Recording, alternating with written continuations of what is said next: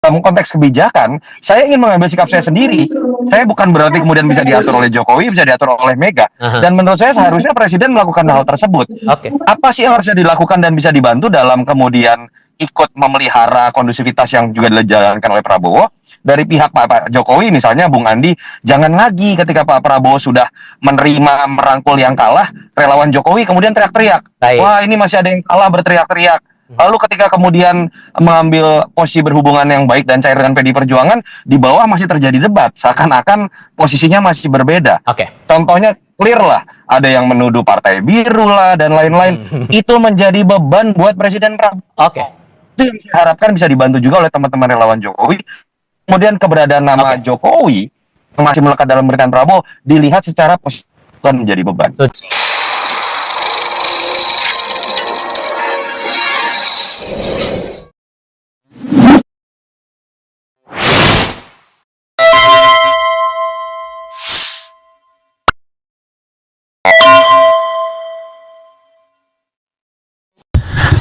Assalamualaikum warahmatullahi wabarakatuh, sobat RH sekalian. Jumpa lagi kita di channel yang keren ini, keren cadas.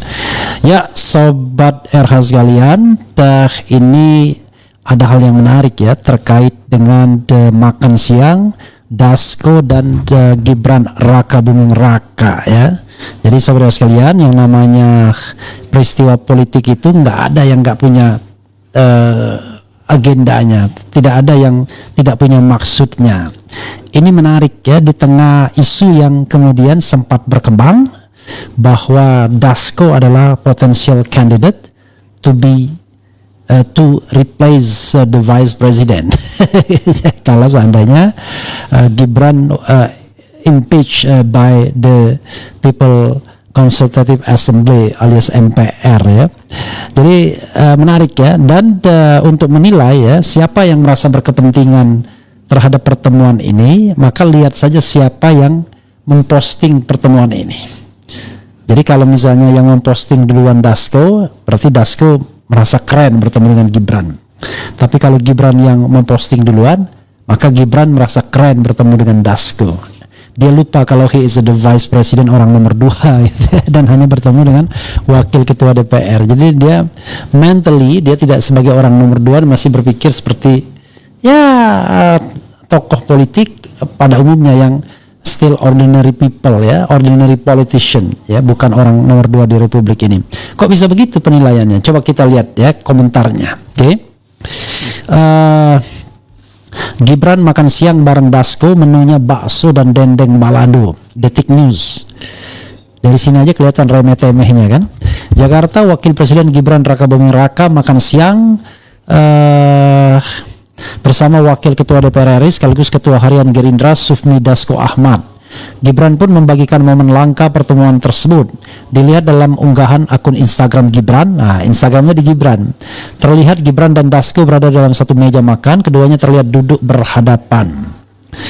Kemudian Gibran terlihat mengenakan kemeja putih dengan celana berwarna krem, sedangkan Dasko memakai kemeja batik hitam. Dalam keterangan di unggahannya, Gibran mengatakan telah makan siang bersama Dasko. Gibran juga turut menyertakan menu makan siang mereka. Tak lupa Gibran turut menandai akun Instagram Dasko dalam unggahannya. Dalam foto tersebut keduanya kompak menatap kamera.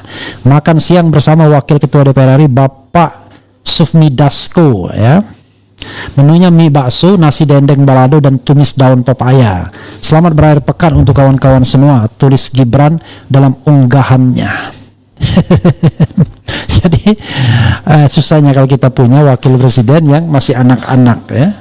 Jadi cara menyapanya pun dia tidak berpikir kalau he is the vice president.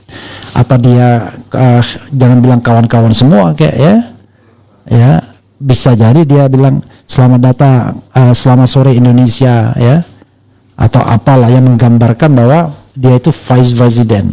Tapi kalau kawan-kawan semua ya, bagus juga ya, tapi apa bedanya dengan sapaan sobat RH sekalian dan lain sebagainya. Jadi saudara sekalian,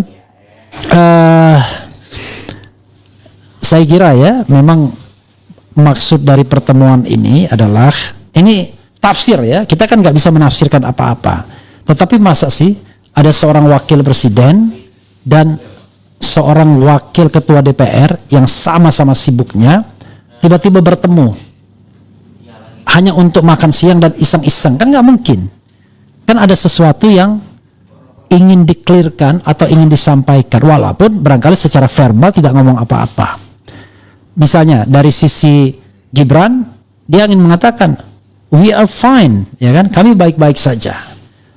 Karena itu dia kemudian memposting momen itu dan nge-tag ke Dasko-nya.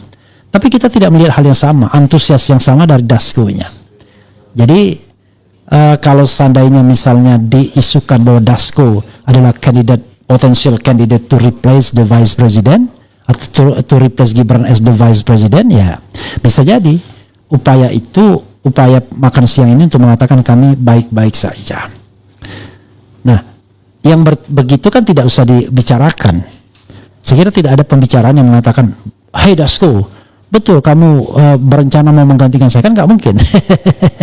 Saya meragukan keberanian Gibran untuk mengatakan itu secara terus terang, ya. Ya paling tadi, ya dia hanya ingin peran-peran simbol, ya, mengirim simbol kepada rakyat Indonesia bahwa dia baik-baik saja dan dia dalam tanda kutip bisa mengendalikan Dasko masih, dan dia masih bisa mengundang Dasko makan siang, which is artinya Dasko yang datang ke dia, ya, he invites Dasko, ya, and then Dasko came because of the invitations, ya kan. Jadi itu yang ingin disampaikan sesungguhnya kalau saya lihat dari politik-politik simbol seperti ini. Jadi Gibran Raka Buming Raka dalam kepemimpinannya selalu menggunakan bahasa simbol. Jadi dia tidak kuat, tidak memiliki kekuatan untuk menggunakan bahasa verbal. Jadi bahasa simbol saja. Bahwa simbol dia masih baik-baik saja dengan Dasko, undang makan siang. Simbol kalau dia useful, buka kotak lapor Mas Wapres yang sekarang kita nggak ngerti masih ada nggak itu kotak lapor Mas Wapres itu. Jadi semuanya simbolik. Nah inilah kalau kita mendapatkan presiden, wakil presiden yang ya tidak dewasa, yang belum dewasa, memang belum cukup umur untuk menjadi politikus kelas tinggi atau bahkan negarawan. Prabowo saja kita gugat ke negarawanannya ketika mengatakan enak aja, tidak berkeringat kok mau menjadi anggota kabinet. Ya kecil sekali cara berpikirnya. Kalau cara berpikir politician ya begitu, berpikir bahwa Indonesia ini harus diisi oleh orang-orang yang berkeringat. Tapi kalau dia negarawan nggak begitu. Indonesia harus diisi oleh orang-orang yang harus dipimpin oleh orang-orang terbaik. Itu bedanya, ya kan? Negarawan, politisi berpikir tentang kelompoknya, negarawan berpikir tentang Indonesia. Politisi berpikir tentang partainya, negarawan berpikir tentang Indonesia. Itu bedanya. Negarawan, politisi merekrut menteri-menteri atau orang-orang dalam kekuasaan sesuai dengan link kekuasaannya. Negarawan berpikir orang yang terbaik. Jadi itu beda antara negarawan sama politician, ya. Karena itu yang kita harapkan, ya, Gibran terutama Prabowo menjadi negarawan, bukan menjadi politician, apalagi ordinary politician, ya. Kalau dia berpikir tentang tim suksesnya, berpikir tentang relawannya, berpikir tentang partainya, kalau kemudian menganggap kelompok lain musuhnya, saingannya dan lain sebagainya, dia bukan statesman, dia hanyalah politician. Sedih juga kita mendapatkan presiden dan vice president dengan mental as a politicians, bukan sebagai negarawan atau statesman, ya. Begitu sobat RH sekalian. Coba kita sedikit bacakan, ya. Kita main pendek aja komentar ini dan nanti kita lihat. Hadir gas-gas Bang Refli maksudkan Gibran. Kemudian generasi apa fitnah dianggap keren. Ini orang gimana ya? Analisis itu fitnah. Tidak ada fitnah dalam politik. Dalam politik itu adanya adalah analisis. Ya. Jadi begitu sobat RH sekalian, ya.